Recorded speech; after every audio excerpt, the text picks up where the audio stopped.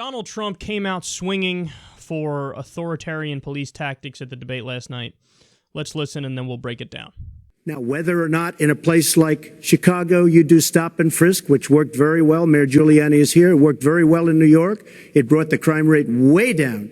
But you take the gun away from criminals that shouldn't be having it. We have gangs roaming the street, and in many cases, they're illegally here, illegal immigrants, and they have guns, and they shoot people. And we have to be very strong, and we have to be very vigilant. We have to know what we're doing.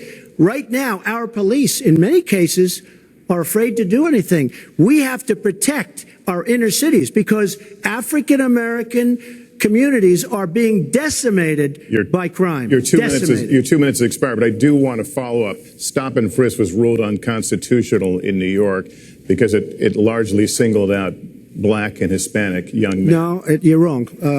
It went before a judge who was a very against police judge. It was taken away from her, and our new mayor, refused to go forward with the case. They would have won an appeal. If you look at it throughout the country, there are many places where the argument is that it's a form of racial profiling. No, the argument is that we have to take the guns away from these people that have them and that are bad people that shouldn't have them. These are felons. These are people that are bad people that shouldn't be. When you have 3,000 shootings in Chicago from January 1st, when you have 4,000 people killed in Chicago by guns from the beginning of the presidency of Barack Obama, his hometown, you have to have stop and frisk. Yeah, that's bullshit. So first, let's go to the studies. Quote, an independent study of the city's stop and frisk program found that 87% of the 686,000 stops in 2011, a record high, were of blacks and Latinos. Young black men between the ages of 14 and 24 were stopped 106% of the time, as in there were more stops of young black men than the entire population of young black men. Stop and frisk had a 90% failure rate in 2011, and in the first 3 months of 2013, when the number of stops fell by 51% from the same period last year, the crime rate dropped as well. So there were fewer stop and frisks, and there was less crime.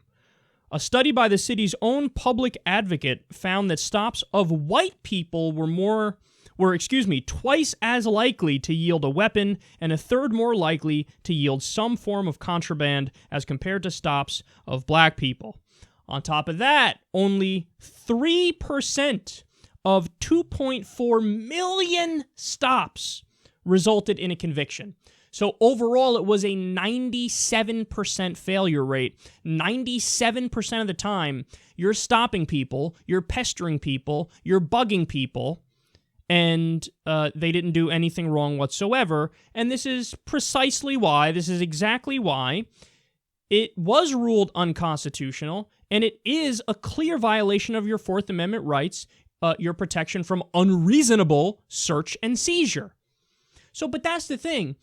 Guys, this isn't a debate. And this is what's so frustrating about the far right. They keep insisting that certain things are a debate when they are just not a debate.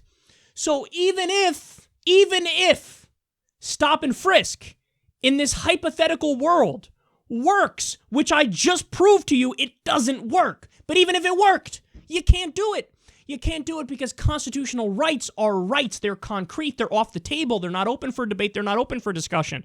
It's like saying, look, I know we have freedom of speech, but I want to ban the word tacos. So we're just going to ban the word tacos. That's what's going to happen. Tacos is banned. I'm sorry, but it's banned. If you say the word tacos, you get 20 years in jail. Sorry, it's over. It's banned. What am I going to do?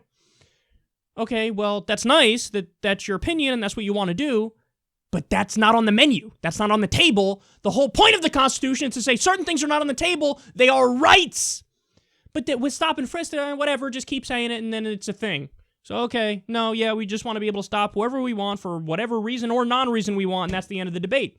I mean, look, it's... When you talk about people on Wall Street, you think they're not walking around with illegal pills in their pocket? You think they're not walking around, many of them, with cocaine? There was a whole culture of cocaine surrounding Wall Street. Are the cops stopping and frisking them? No. Why? They're white people with power. The numbers bear it out. that the overwhelming majority of stops are of minorities, and the overwhelming majority of the stops yield nothing. And of the ones that yield something, how many of them just have a little bit of weed on them and then they got to go to jail as a result of it? So this system is ineffectual. This system is stupid. This system doesn't work. And this system is massively unconstitutional. But he can't fucking help himself, because this is what it is to the far right.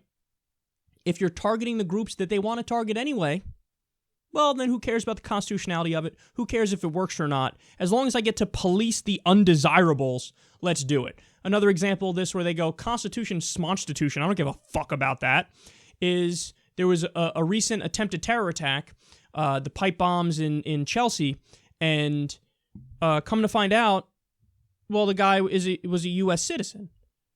So what are they going to do? Well, Lindsey Graham, Donald Trump, a bunch of these morons go out there and say, that's nice, take away his rights. What? Well, yeah, well, we say he's an enemy combatant, so take away his rights. Dude, okay, but he's a U.S. citizen. When you're a U.S. citizen, again, those rights are not open for debate. They're not open for discussion. They are what they are. So think about what just happened. Because they're so concerned, we got to keep everybody safe, we got to keep everybody safe. Okay. In their rush to do that, they actually made everybody less safe. Why? All you do is endanger the case, and you might lose the case now because you decided I'm going to take away the rights from this person who has rights. So any competent judge is going to go, jackass, you can't not read them their Miranda rights. You can't not give them their right to counsel. So now it's more likely that the person will be able to get out because you decided I'm just going to unilaterally decide they don't have rights because I don't like them. But that, again, that's not a thing. So, if somebody comes and arrests you, most of the people listening right now are citizens in the U.S. If somebody comes and arrests you, if they could take it away from the rights away from somebody else who's a U.S. citizen, you want to talk about a slippery slope. Why can't they just take it away from you? I don't know, whatever. We caught you with a little bit of drugs, but, we see a name in your phone, that name, you have a friend who's named Muhammad. There's a Muhammad somebody who is a terrorist somewhere. We think you're part of an active investigation and you might know somebody in ISIS, so your rights are gone too. Where does it end? There is no end. There is no end. They don't care about constitutional rights, and they don't care about whether or not the fucking thing even works when we know stop and frisk doesn't work, and it's been proven. So a bad idea on top of bad idea, on top of bigotry, on top of stupidity, that's what you're dealing with here. On this front, it ain't even close. Trump is an authoritarian idiot, and Hillary is just better. She's not going to do stop and frisk.